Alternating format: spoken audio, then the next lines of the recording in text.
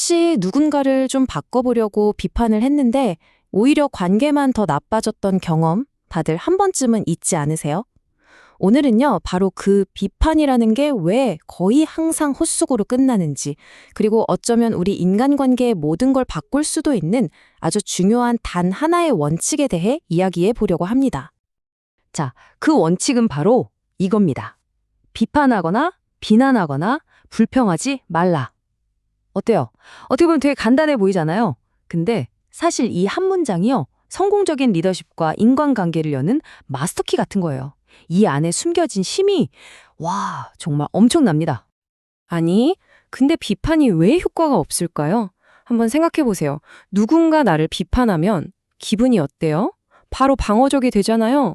그리고 자존심에 깊은 상처를 입죠. 결국엔 뭐 지속적인 변화는커녕 마음속에 분노랑 원한의 씨앗만 심게 되는 겁니다. 이 원칙이 얼마나 강력한지 제대로 알려면 가장 극단적인 예를 보는 게 제일 좋아요. 어디를 볼 거냐면 바로 스스로를 절대 비난하지 않았던 아주 악명 높은 범죄자들의 마음속을 한번 들여다보는 겁니다. 이거 정말 놀랍지 않으세요?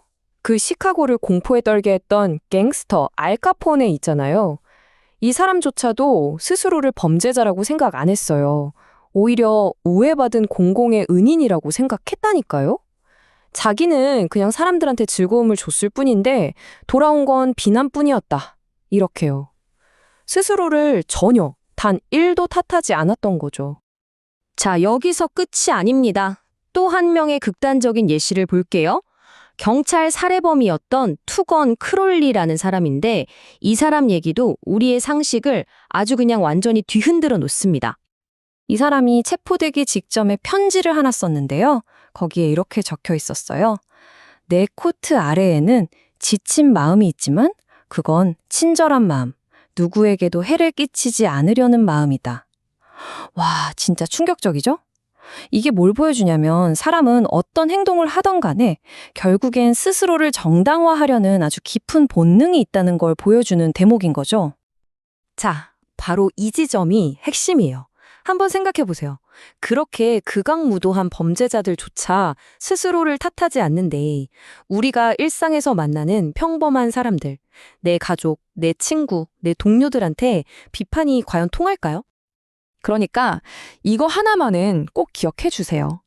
100번 중에 99번 사람은요, 아무리 큰 잘못을 저질렀다고 해도 절대로 스스로를 비판하지 않습니다.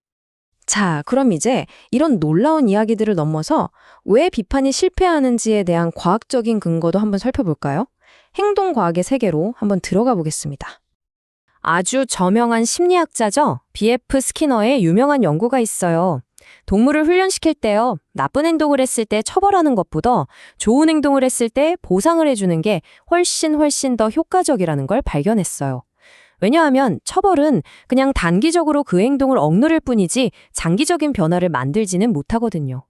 그리고 이 원칙은요, 우리 인간에게는 똑같이, 아니, 어쩌면 훨씬 더 강력하게 적용됩니다. 심리학자 한스 셀리에가 이런 말을 했어요.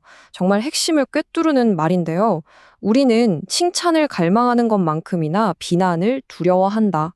바로 이거예요. 이 두려움 때문에 비판은 원한을 낳고 결국에는 소중한 관계마저 망가뜨리게 되는 거죠. 좋아요. 그럼 비판 대신에 뭘 해야 할까요? 이제부터가 진짜 중요한데요.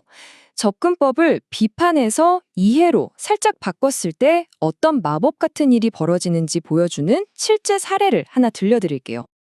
어떤 공장의 안전관리자 조지 B. 존스턴이라는 분의 이야기예요. 이분이 처음에는 직원들한테 막 소리치면서 규칙이니까 안전모 쓰세요 하고 강요를 했죠. 결과가 어땠을까요? 네, 마지못해 쓰는 척하다가 이 사람이 사라지면 바로 벗어버리는 거죠. 그런데 어느 날 이분이 방법을 싹 바꿨어요. 다가가서 부드럽게 물어본 거예요.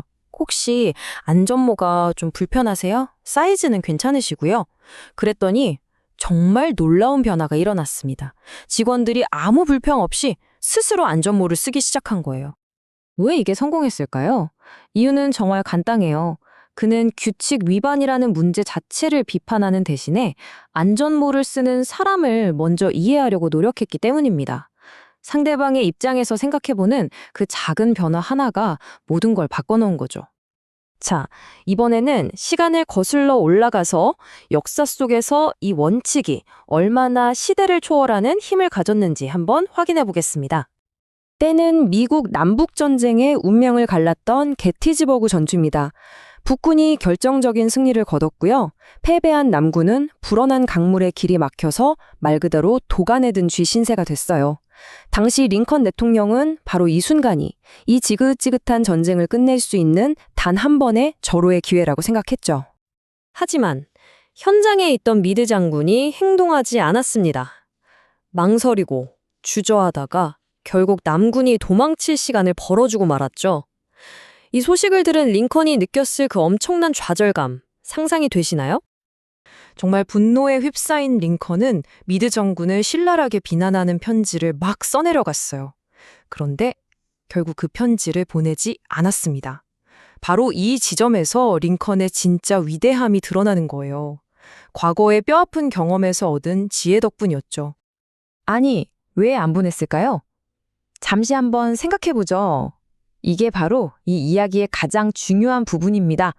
링컨은 그 순간 깨달았던 겁니다.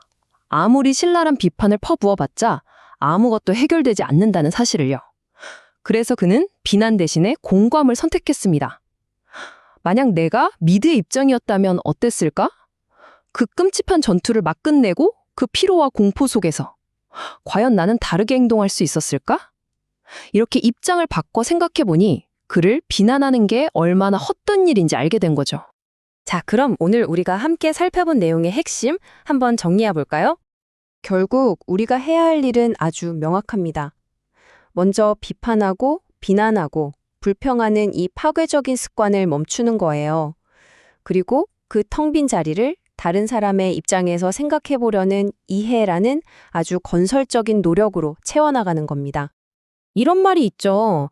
신께서도 세상의 마지막 날이 되기 전까지는 사람을 심판하려 하지 않으신다. 이 말을 듣고 나니 다른 사람을 너무나 쉽게 판단하고 비판하려 했던 우리 자신이 조금은 겸손해지는 것 같지 않으세요? 그렇다면 신도 그러시는데 하물며 당신과 제가 왜 그래야 할까요? 이 질문을 여러분께 마지막으로 남겨두고 싶습니다.